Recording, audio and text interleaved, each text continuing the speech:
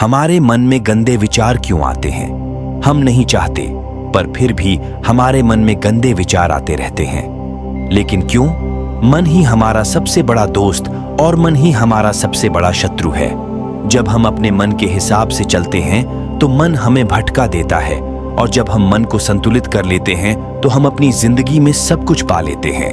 हम अपने मन में आने वाले गंदे विचारों को रोकने की कोशिश करते हैं, पर जितना हम रोकते हैं उतने ये विचार हमारे अंदर प्रवेश करते जाते हैं। आप जिस चीज से जितना दूर भागोगे उतनी ही वह चीज आपके पास आएगी। इसीलिए उस चीज से भागो मत, बल्कि उस पर संतुलन कायम रखो। एक बार एक युवक गौतम बुद्ध के पास आया और गौतम बुद्ध से बोला, हे बुद्ध, मेरे मन में इतने गंदे विचार क्यों आते हैं? मैं नहीं चाहता कि मेरे मन में गंदे विचार आएं, और मेरे मन में हमेशा काम वासना के विचार चलते रहते हैं, और मैं इनके बारे में सोच सोच कर बहुत परेशान हूं। मेरी ऊर्जा और समय ये सब सोचने में ही नष्ट हो जाते हैं, और ये सब विचारों की वजह से मैं कभी कभी शांत नहीं रह पाता, और मैं हमेशा ही स्त्रियों को देखकर मोहित हो जाता हूं, अपने आप को रोक ही नहीं पाता। बुद्ध मुस्कुराए और उन्होंने उस युवक से पूछा, क्या तुम्हें पता है कि यह काम वासना हो क्या है? फिर लड़के ने उत्तर दिया और कहा, बुद्ध, मुझे तो नहीं पता कि काम वासना होती क्या है, परंतु हाँ, ये जो भी है बहुत ऊंची चीज है। फिर बुद्ध ने उस युवक से कहा, सबसे पहले तो तुम्हें यह समझना है कि प्राकृतिक रूप से जो भी चीज हमारे अंदर है वह बुरी नहीं है। हमारे जीवन में उसकी कुछ न कुछ जरूरत होती है। वासना कोई बुरी बात नहीं है। ये हमारे मन की एक भावना है जो हमें किसी न किसी चीज की कमी का एहसास करवाती है, और फिर हम उस चीज को पाने के लिए उस चीज की ओर आकर्षित हो जाते हैं। जैसे अगर तुम्हारे पास धन की कमी है तो तुम में धन पाने की वासना उत्पन्न हो जाएगी। इसका मतलब यह नहीं कि वासना बुरी है, बल्कि यह तो हमारे मन के एक प्रकार की जरूरत का एहसास है, और जब यह जरूरत शारीरिक हो तो हम इसे काम वासना कह देते हैं। युवक ने गौतम बुद्ध को कहा, बुद्ध, मुझे काम वासना काम तलब तो समझ में आ गया, पर आप मुझे यह बताइए कि यह आती कहां से है और कैसे आती है? गौतम बुद्ध ने कहा, काम वासना कहीं आती नहीं है, यह तो हमारे अंदर ही होती है, और इसका होना तो जरूरी भी है, तभी तो मानव जाति का विस्तार होगा। युवक ने कहा, जब यह हमारे अंदर ही है और जरूरी भी है तो फिर लोग इसे गलत क्यों बताते हैं? बुद्ध ने कहा, यही समस्या है। लोगों ने काम वासना को गलत तरीके से सोच लिया है, इसे छिपाने की और दबाने की कोशिश करते हैं। काम वासना गलत नहीं है, बल्कि काम वासना का गलत तरीके से प्रयोग करना गलत बात है। लोग जिसे पसंद करते हैं उसी के लिए जीने लग जाते हैं और उसके बारे में हमेशा सोचते रहते हैं, पर यह सब गलत है। बुद्ध ने युवक से कहा, क्या तुम्हें पता है कि जानवरों में भी काम वासना होती है? युवक ने उत्तर दिया, हाँ बुद्ध, जानवरों में भी काम वासना होती है, क्योंकि जानवर भी तो आखिर अपनी पीढ़ी को आगे बढ़ाएंगे। बुद्ध ने कहा, तो फिर हम जानवरों की काम वासना को क्यों गलत नहीं कहते? युवक ने कहा, मुझे नहीं पता, महात्मा आप ही मुझे बताइए। गौतम बुद्ध ने कहा, जानवर अपनी काम वासना का प्रयोग प्राप्ति के लिए नहीं करते, वह तो सिर्फ संतान उत्पन्न करने के लिए काम वासना का उपयोग करते हैं। जानवरों को प्रकृति ने इतनी समझ नहीं दी कि वह काम वासना को अपने सुख का आधार बना सके, जबकि मनुष्य अपनी समझ के बलबूते पर प्रकृति में पाए जाने वाली प्रत्येक वस्तु को अपने सुख के लिए अपने प्रयोग करता है।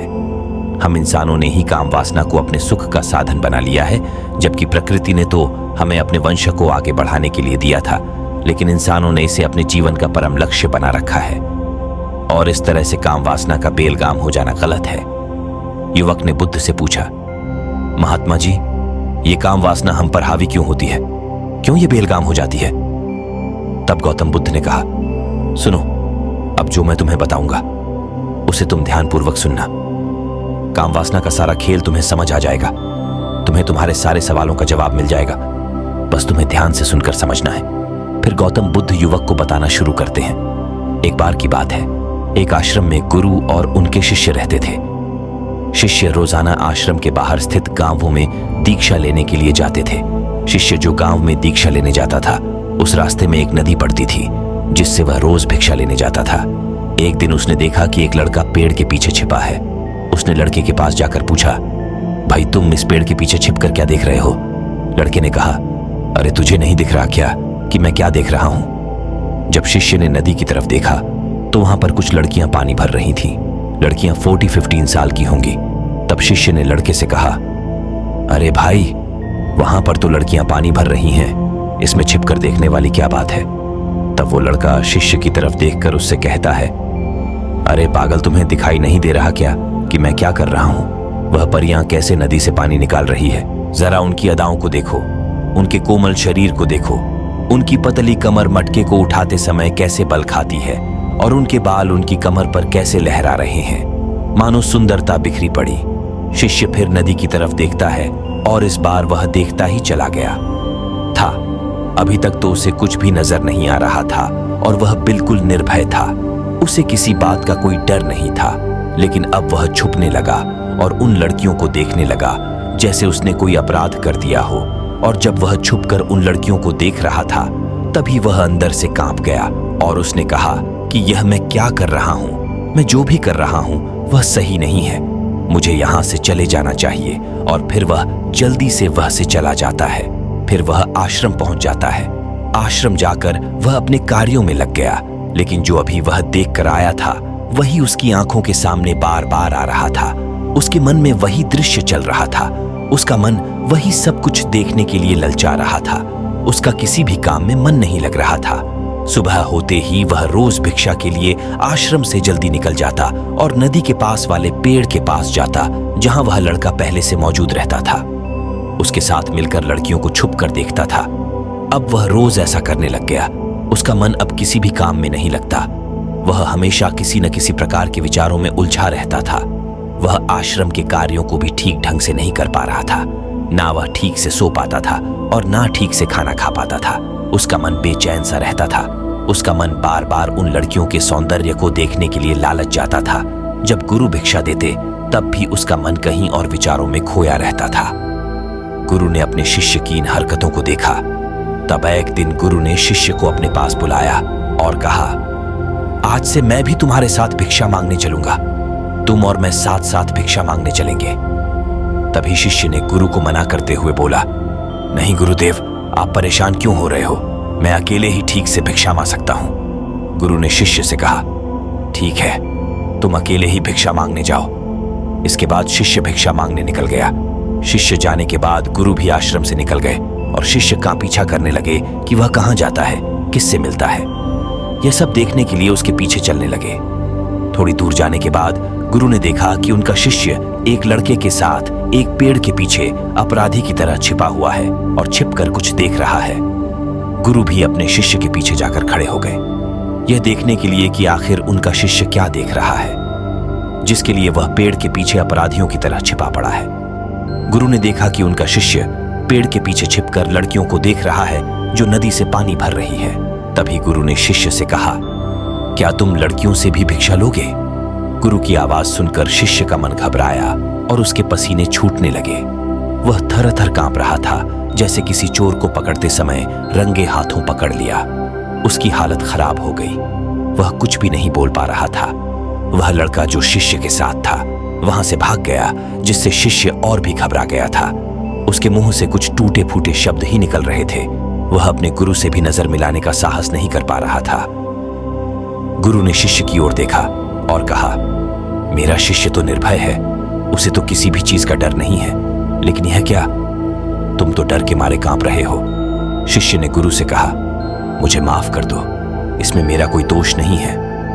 उस लड़के ने मुझे बहका दिया था, लेकिन मैं आपसे वादा करता हूं कि आज के बाद मैं कभी दोबारा ऐसा नहीं करूंगा, मुझे माफ कर दो।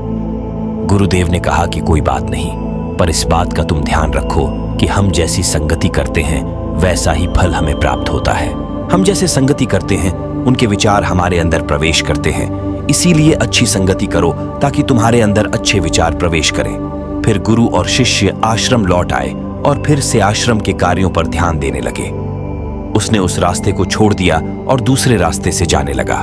वह अपने काम को ध्यान से करता था, लेकिन धीरे धीरे उसके अंदर क्रोध उत्पन्न हो गया और फिर वह दूसरे शिष्यों पर क्रोध करने लगा और बेचैन हो गया। अब वह सही समय पर भोजन भी नहीं करता था। वह भोजन भी बहुत कम खाता था। एक रात गुरु शिष्य के पास आए और उससे बोले कि तुमने मुझसे वादा किया था कि तुम अपना मन नियंत्रण में रखोगे अब तक तुमने कितना बार अपना वादा तोड़ दिया। यह सुनकर शिष्य अपने गुरु के चरणों में गिर गया और रोने लगा। रोते रोते ही उसने गुरु से कहा कि गुरुदेव, मैं कई बार अपना वादा तोड़ चुका हूं, फिर वादा कर लेता हूं, लेकिन हर बार मैं वादा तोड़ देता हूं। मेरा मन मेरे नियंत्रण में है ही नहीं। मैं बहुत कोशिश करता हूं कि मैं अपने मन से सारे बुरे विचारों को निकाल, लेकिन मैं चाहकर भी ऐसा नहीं कर पा रहा हूं। फिर गुरु ने शिष्य को कहा, चलो मेरे साथ।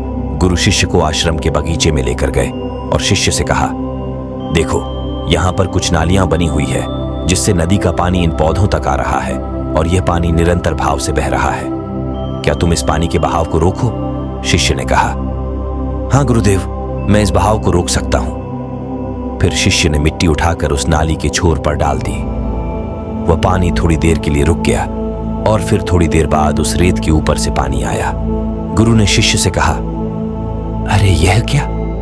यह पानी तो रुका ही नहीं। फिर से उसने कुछ कंकड़ पत्थर उठाकर उसे नाली में डाल दे और फिर थोड़ी देर के लिए पानी रुक गया, लेकिन फिर थोड़ी देर बाद ही उन कंकड़ पत्थरों के ऊपर से पानी निकल आया। गुरु ने कहा, शिष्य ये क्या हुआ? पानी तो फिर से आ गया। तुम तो बोल रहे थे कि तुम इसे रोक दोगे। क्या हम किसी चीज को पूरी तरह से रोक सकते हैं? तब शिष्य ने कहा, कोई बात नहीं गुरुदेव, मैं इस पानी को तो रोक कर आपको दिखाऊंगा। फिर उसने एक बड़ा सा पत्थर लेकर आया और उसे ना पानी पर डाल दिया। पानी रुक गया। तब शिष्य ने गुरु से कहा, देखा गुरुदेव, मैंने कहा था ना कि पानी को मैं रोक दूंगा। मैंने पानी को रोक दिखाया। आपकी बात मैंने पूरी कर दी। गुरु मुस्कुराए और बोले, अच्छा जरा ध्यान से देखो, पानी रुक गया है क्या? वो तो पीछे की नाली तोड़कर बाहर आ गया और अगल बगल से बह रहा है। और ध्यान से देखो, इस पत्थर के आगे भी आ गया और यह पानी अपना रास्ता बदलकर फिर से आगे की तरफ बह जाएगा। फिर थोड़ी देर बाद ऐसा ही हुआ। फिर गुरु ने शिष्य को समझाया, तुम्हारे साथ भी तो ऐसा ही चल रहा है। तुम बार बार प्रयास कर रहे हो, बड़े से बड़ा प्रयास कर रहे हो, पर हर बार तुम्हारा प्रयास टूट रहा है और यह हमेशा टूटता ही रहेगा। यह पत्थर तुम्हारा प्रयास है और यह पानी तुम्हारे विचार।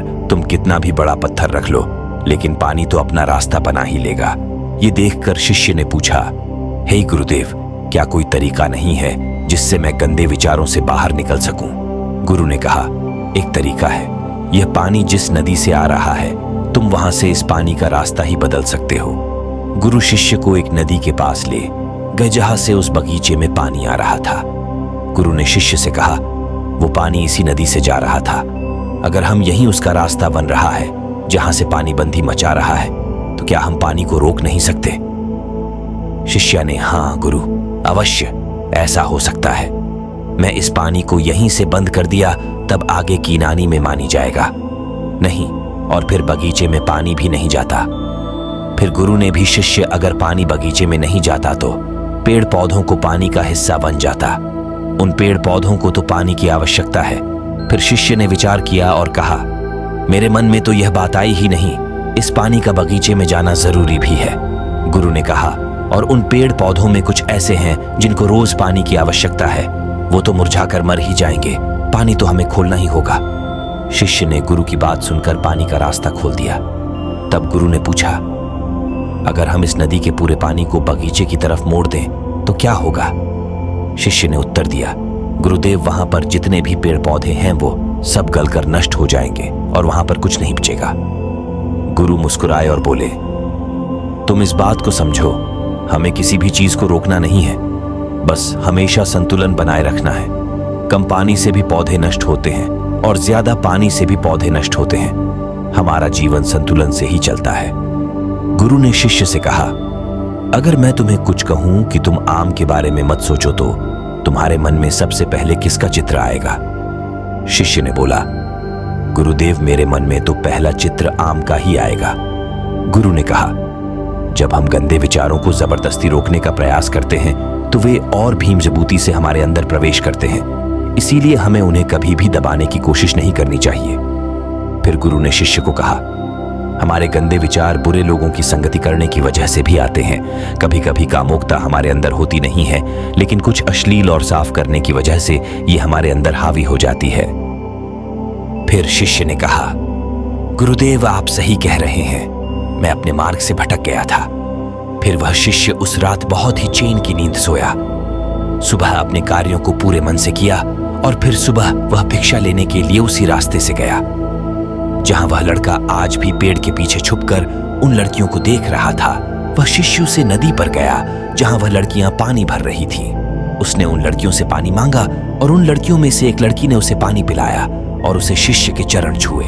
शिष्य ने उसे आशीर्वाद दिया कि तुम्हारा कल्याण हो, जिससे कि मानसिकता सकारात्मक ऊर्जा से भर जा रही उसके चेहरे पर मुस्कान आ गई थी, जैसे कि उसे कुछ खोया हुआ वापस मिल गया। वह वापस अपने रास्ते से जाने लगा। तभी पीछे से वह लड़का आ गया जो पेड़ के पीछे छुपा हुआ था। वह शिष्य के पास आया और बोला, क्या बात है, आज तो तुमने नजदीक से दर्शन कर लिए, तुम तो मुझसे भी आगे निकले। तब शिष्य ने कहा, हम हमेशा दूसरों के दर्शन करने में ही व्यस्त रह अपने दर्शन कर ही नहीं पाते। तुम कब तक इस पेड़ के पीछे छुपाते रहोगे? किसी को पसंद कर लो, उसे बोल दो। अगर वो भी तुम्हें पसंद करती है तो शादी कर लो और उससे पहले तुम कुछ बन जाओ, अपने आप को पहचान लो। ऐसे अपना समय बर्बाद मत करो। फिर वह लड़का रोज उस शिष्य से मिलने लगा और उसने लड़के को नदी पर ना जाने के लिए प्रेरित किया और फिर वह लड़का अपने जीवन में कोई बनने के लिए संघर्ष करने लगा। तो तुमने देखा कि संगति का असर क्या होता है। अपनी संगति बदलो, अपने विचार बदलो। गुरु ने शिष्य से पूछा, क्या तुम्हें अपने सभी सवालों का उत्तर मिल गया? तब शिष्य ने कहा, हाँ महात्मा जी, आपका धन्यवाद। तब गुरु ने शिष्य से कहा कि जब तुम्हारे मन में गंदे विचार आए तब तुम अपने आप को दोषी मत मानो। यह शरीर है और यह सब इसने हजारों वर्षों से सीखा है। एक केवल तुम्हारे सोच लेने से या शपथ लेने से ये टूटने वाला है नहीं, लेकिन तुम्हारे पास वो शक्ति है, वो ऊर्जा है जिसका तुम्हें संतुलन उपयोग करना है। तुम एक जीवित ऊर्जा हो जो कुछ भी अनुभव करने के लिए स्वतंत्र है, इसीलिए तुम अपने आप को पहचानो। इस कहानी से हमें यह सीख मिलती है कि हमारे विचारों का महत्व कितना अधिक होता है। हमारे विचार ही हमारे भविष्य दिशा को निर्धारित करते हैं। हमें सकारात्मक विचारों को अपने मन में पूरी शक्ति के साथ अपनाना चाहिए ताकि हम सही दिशा में आगे बढ़ सकें। दोस्तों, उम्मीद करता हूं आपको गौतम बुद्ध की ये कहानी पसंद आई होगी। पसंद आई हो तो वीडियो को लाइक और चैनल को सब्सक्राइब जरूर करना।